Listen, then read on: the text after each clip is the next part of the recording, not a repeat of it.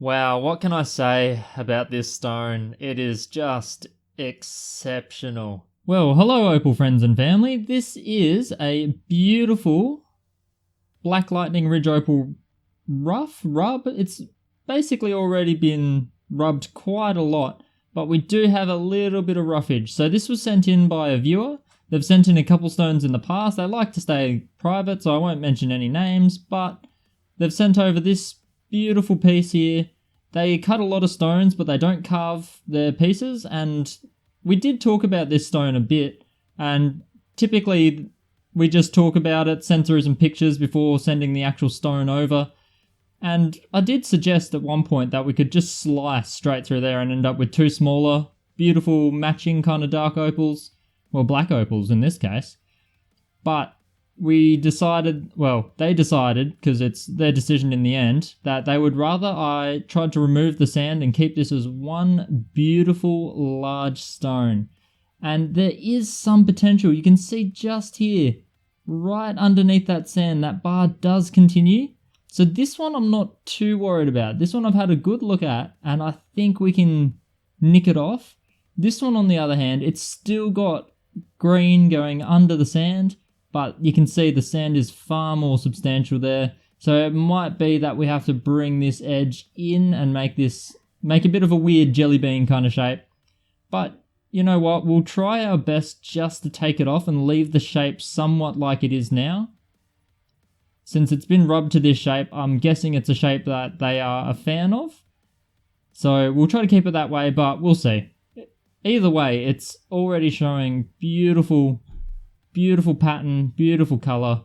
It's very green on camera, but in person it's a little more blue. I might be able to correct that in editing, but yeah, imagine it being a little bit more blue than the green. No matter what, it's a fantastic stone, and if you guys ever want to send in stones as well, or anything really, you can feel free. PO box is in the description. If it's a stone that you want me to have a look at and carve and whatnot, it's better that you send me a message first and we talk about it. I don't charge anything, so you don't need to worry about that. If you can cover postage, that'd be good, but apart from that, I'm happy to record a video and get a nice carving out of it, and hopefully we can end up with an absolute gem. You can see here, they've taken it back and semi-polished it. I guess it's a pre-polished stage. But because of these, they stopped and said, nah, you want to have a crack? And I said, yeah, why not? You've sent me a few stones in the past and they've been interesting, so I'm more than happy to get into it. A little bit of work here with the sintered diamonds just to see if we can nick these off. Hopefully we can.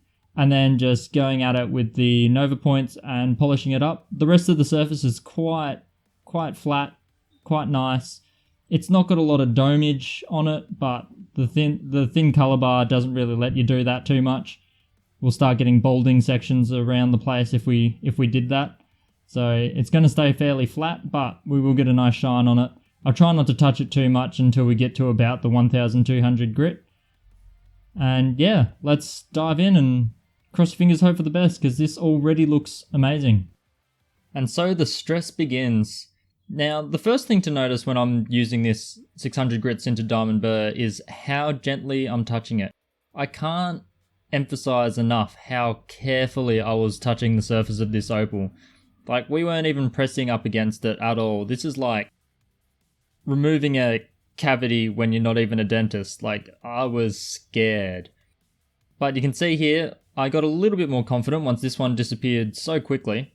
And the other thing to notice is that I'm not using the point. You might get tempted to use the point when you're working on small imperfections and stuff, but definitely don't do it, because the shape of that point, it makes it really hard to get a polish in that area or get a smooth kind of surface at all, because we feather out any kind of cavity quite heavily just to make sure it's a nice smooth surface. And that helps you get your Nova points in there to polish and everything as well. So you can't be just drilling straight down into a opal unless you're actually trying to drill a hole all the way through. You'll notice here that I'm also going at it at different angles, and that's also to help with the feathering later on. And I'm very much avoiding any chance of touching the rest of the surface of the opal. If there's not sand or not a crack or anything like that, I am not dealing with it at all. And here I'm just pointing out a little bit of a crack chip kind of thing that's on that bottom edge. I didn't really talk about that earlier, but it's very obvious when you have a look at it under a loupe.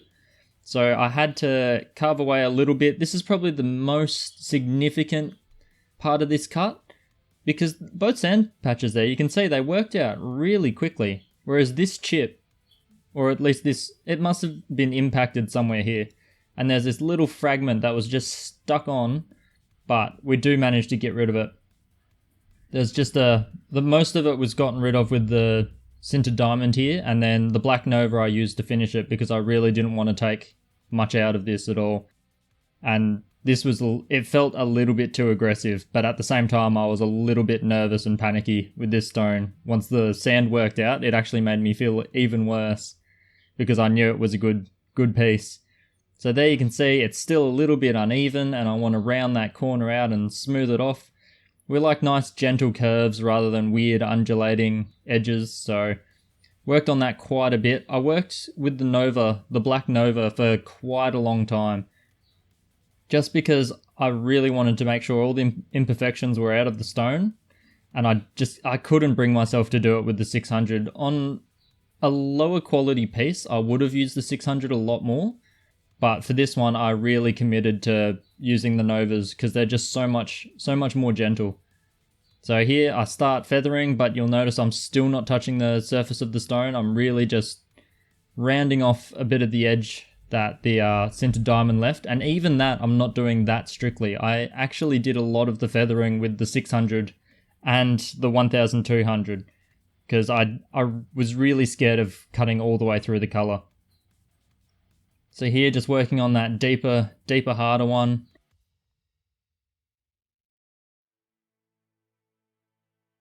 But this one was actually the easier of the two sand spots because there was so much color bar underneath it. You can see it there. There's still heaps left, so it wasn't too bad. But the other one was, because there was no color bar, as you can see, it made it a little bit more scary. We get to the 600 grit. 600 grit, you can still see that I'm not touching the face of the stone. I'm really just working on those imperfection areas, and the color is just leaping through.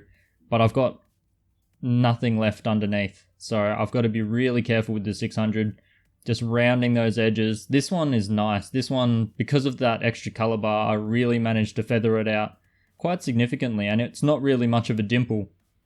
Whereas the other one remains a dimple for quite a long time because it's just too hard to get rid of it completely without hitting the potch underneath, and we don't want too much potch to come through to the face.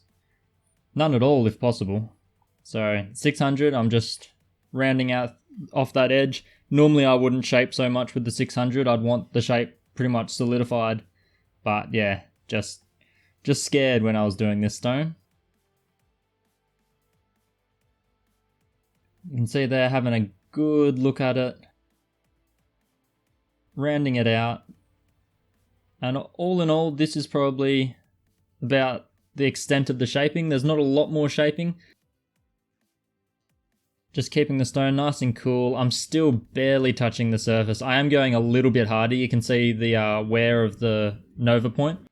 So all that little residue that's being left behind, that's the resin breaking up and depositing a bit of diamond. You don't want to wash that stuff off straight away because it's actually useful to have on there and grind with further because it does have little diamond particles and everything in it. And then 1200, and you'll see I'm starting to hit the face now. I think the rubbed stone was originally about the 1200. Maybe it was a little bit higher. So the 1200 is a great point when you're going to repolish a stone, or you've got a very rubbed stone already and you just want to get that pre-polish and final polish on it. I suggest always going with the 1200. 3000 is a little soft and 600 is way too strong. So 1200 is a nice happy medium. You can see here the curves and everything are basically locked in. And then 3000 grit, hit the entire surface once again, just like the 1200, just removing all of those scratches, replacing it with the 3000s, which is like a pre-polish. And then we do the same thing again, but with cerium oxide, and just get that final polish and give it a nice little mirror shine.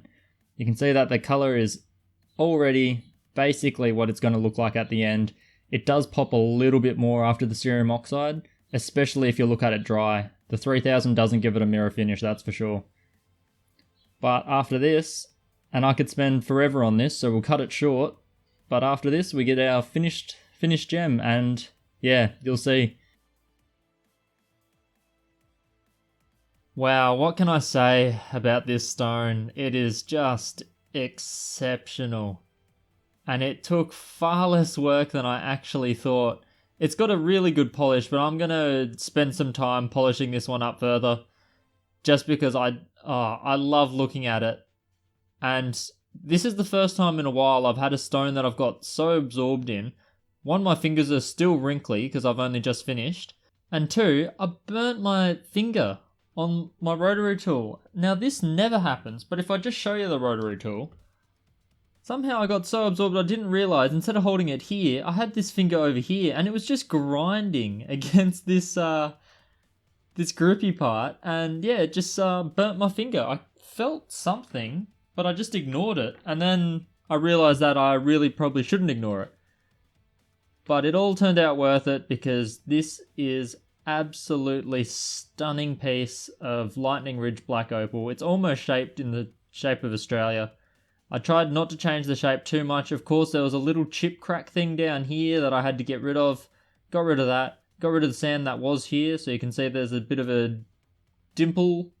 And then this one down here had a bit of sand as well, and I've actually rounded that one off quite a lot, so it's far less of a pronounced dimple than this one here.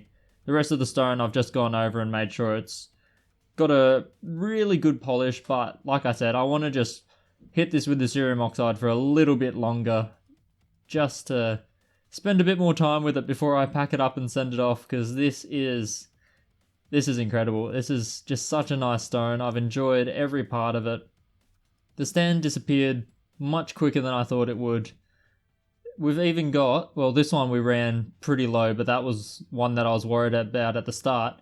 This one here, we've still got color bar right underneath, so it really wasn't as risky to get rid of that sand as I thought it was going to be.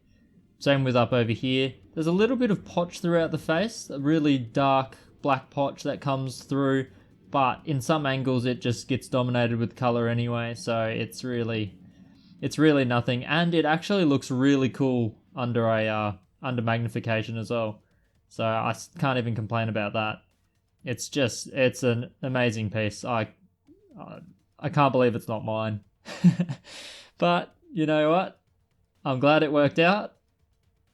Hopefully this person will be very happy with it, like they were with the last couple stones I've done. And I will get on to working on another massive stone that they've sent my way. And yeah, that one's taking a couple weeks because it's so huge, and you'll see more on that sometime in the near future. But for now, it's just this one. Absolutely incredible foil green blue. It's got a bit more blue in person. Camera seems to really like green at the moment. But there is actually a bit of blue, mainly in lower light conditions. But in the highly exposed condition like this, it does come across fairly green. Alright, I've got to stop playing with this opal and move on to the next one. This one can go into its nice little home here, and yeah, say goodbye to it. I'm going to spend a bit more time with it, and then it's time to box it up and send it away. Which, yeah, that'll be a tough thing to do, but it's not my stone, so got to say goodbye. And on that note, I'll say goodbye to you guys, and I'll see you in the next video.